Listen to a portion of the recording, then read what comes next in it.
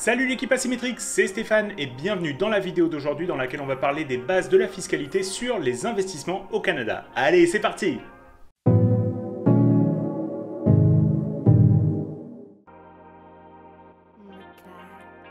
Avant de commencer, si tu veux bien me laisser un commentaire, mettre un like et t'abonner à la chaîne, puis partager avec tes amis investisseurs, ça me permettra de toucher plus de personnes et comme ça de faire grossir la communauté asymétrique. Merci à toi pour ça. Les intérêts versés par tes obligations et CPG sont imposés au même taux que tes revenus de salaire au Canada. C'est aussi le cas des distributions de loyers qui proviennent de tes REITs. Si tu détiens des immeubles locatifs, ça va être à peu près la même chose. Tu vas devoir calculer ton revenu net, c'est-à-dire une fois que toutes les dépenses ont été déduites de tes recettes, puis le rajouter à ton revenu de salaire pour calculer ton taux marginal d'imposition.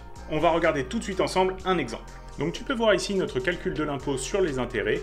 Tu as d'abord un salaire brut de 100 000 $, puis tu as des revenus d'intérêt ou de loyer de 10 000 $, et le revenu total imposable est donc de 110 000 $.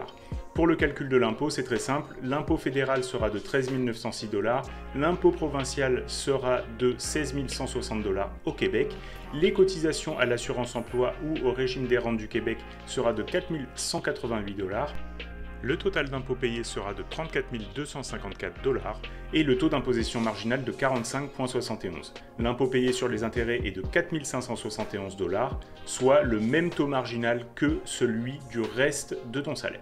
Si tu veux optimiser la fiscalité sur ces rendements, il va donc falloir que tu le mettes dans un CELI, un CELIAP ou des REER. Les dividendes sont des revenus de placement qui sont déjà plus optimisés fiscalement que les intérêts et les distributions. Il existe deux types de dividendes, les dividendes déterminés qui proviennent de sociétés cotées en bourse. Ces dividendes sont déjà imposés à 38%, comme le reste des revenus des sociétés canadiennes cotées en bourse. Tu bénéficies d'un crédit d'impôt de 15,019% sur ce type de revenus. Si tu es investisseur dans des petites entreprises ou moyennes entreprises non cotées en bourse ou que tu es toi-même un entrepreneur, alors tu peux aussi bénéficier de dividendes non déterminés. L'impôt sur ces sociétés est généralement moindre que celui des grandes entreprises et il en va de même de l'impôt sur le dividende. Il existe aussi un crédit d'impôt pour ce type de dividende, mais il est moins important que pour celui des sociétés cotées en bourse car ces sociétés gagnent moins de revenus. On va regarder tout de suite ensemble un exemple de calcul pour les dividendes déterminés qui est le cas le plus courant pour les investisseurs en bourse. Donc pour le calcul de l'impôt sur le dividende, tu vois qu'on a un salaire brut de 100 000 $, des revenus de dividende de 10 000 $. On va ajouter l'impôt sur le dividende de 38%, soit 10 000 fois 1,38, 13 800 $. Le total du revenu imposable sera donc de 113 800 $. Le taux marginal d'imposition pour ce niveau de salaire, ça nous donne 45,71%.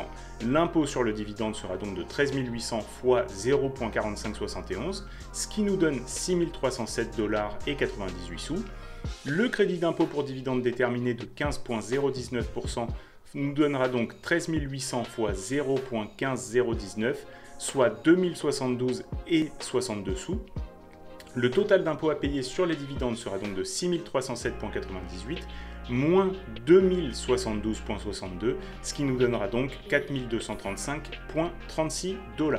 Le taux d'imposition sur les dividendes sera donc de 42,35%, ce qui va varier selon le palier d'imposition, mais tu peux voir qu'il est quand même plus faible que le taux marginal d'imposition de 45 et 71%.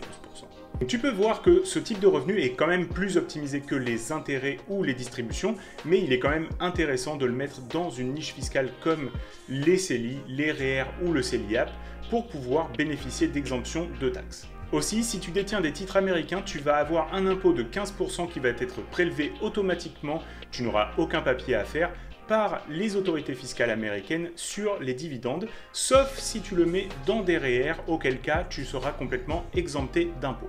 Le gain en capital est déjà un des revenus les plus optimisés au Canada. En effet, que ce soit sur la vente d'actions, de FNB, d'une résidence secondaire ou même d'un bien locatif, tu ne paieras de l'impôt que sur 50% de ce gain en capital tant qu'il ne dépasse pas 250 000 $. Comment on calcule l'impôt sur le gain en capital? Eh bien on va tout de suite ensemble regarder un exemple pour bien comprendre tout ça.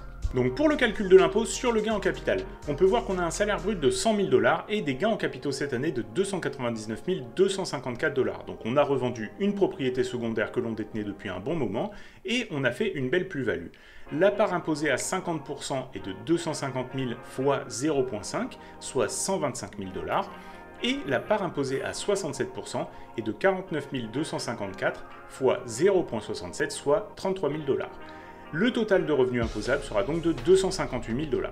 Pour ce qui est du calcul de l'impôt fédéral sera de 49 255 $ et l'impôt provincial au Québec sera de 54 065 $.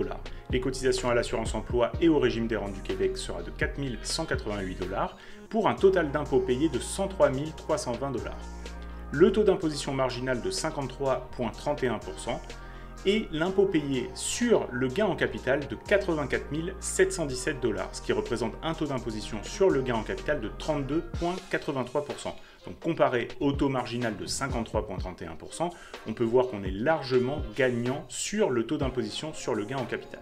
Bien sûr, tout ça, ça va varier en fonction de tes paliers d'imposition, mais tu peux voir que le gain en capital, c'est un type de revenu qui est quand même déjà plutôt optimisé fiscalement. Tu comprends donc mieux maintenant l'impact fiscal de chaque type de rendement que peut délivrer ton portefeuille. Tu vas donc maintenant mieux pouvoir choisir quoi mettre dans tes comptes enregistrés et tes comptes non enregistrés pour pouvoir optimiser ta fiscalité. J'espère que je t'ai encore une fois apporté beaucoup de valeur à travers cette vidéo. Laisse-moi un like, mets un commentaire, abonne-toi à la chaîne et partage la vidéo avec tes amis investisseurs pour que je puisse toucher plus de personnes et développer notre communauté autour de la finance au Québec. Et je te dis à bientôt pour une prochaine vidéo. Bye!